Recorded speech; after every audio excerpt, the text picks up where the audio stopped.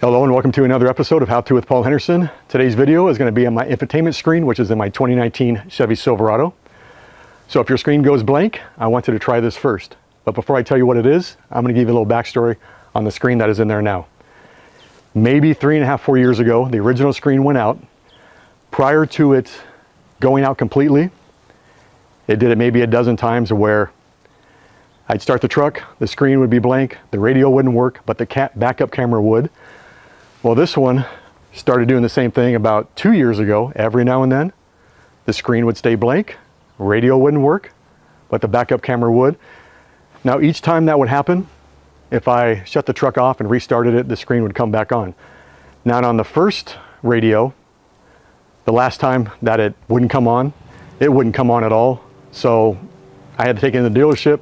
They tested it and said that the screen went bad, so they popped in a new one, and that's the one that is in here now. Well, today, it did the same exact thing. I did some errands, made like 4 stops, got back in the truck, the screen was blank. I shut the truck off, turned the truck back on, screen stayed blank, shut it off, turned it back on. So I decided, okay, you know what? I'm gonna go home and try something first. So this is what I tried. So, grab a 10mm wrench, socket, disconnect the negative battery terminal, leave it disconnected for like 5 minutes, reconnect it, and that should fix the problem. So what I did all that, got back in the truck, and that's the video you're gonna see right here. I started the engine and it worked perfect. I did that 3 more times, and each time I shut off the engine, restarted it, the infotainment screen came back on. So if your screen goes blank, your radio may work, may not work. Mine never worked each time it went out, but the backup camera did. So give that a shot before you take it into the dealership. I had a buddy that had a truck just like this. He had 3 radios.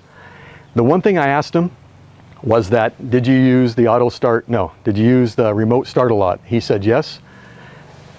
The day that the first one went out, I did some errands. I went to Best Buy. I stopped and restarted the truck 4 times because I wasn't happy with the stalls that I was parked in. And then when I left there, I did a remote start, and that's when the original infotainment screen never came back on. Today, when I went to Denny's, that was the final stop that I did. I did 3 starts and stops. I was happy with the first stall. I moved to another one, and then another one. And then when I went in the Denny's and ate, came out, started the truck, and it wouldn't come on.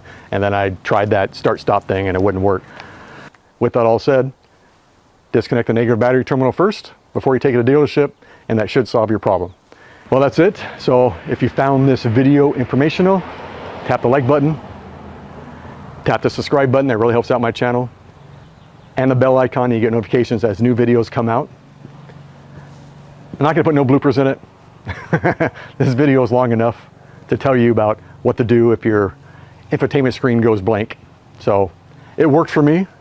Now if it goes out again, I'll try it again, but I'm not gonna take it in the dealership until it totally goes out. I think mine is still under warranty, but so it really doesn't matter. I got the extended warranty, so got 100,000 miles to go. No, I think I got 40,000 miles left, something like that. Anyway, that's it. I will see you next video, and may your infotainment screen stay working. Anyway, that's it. Bye.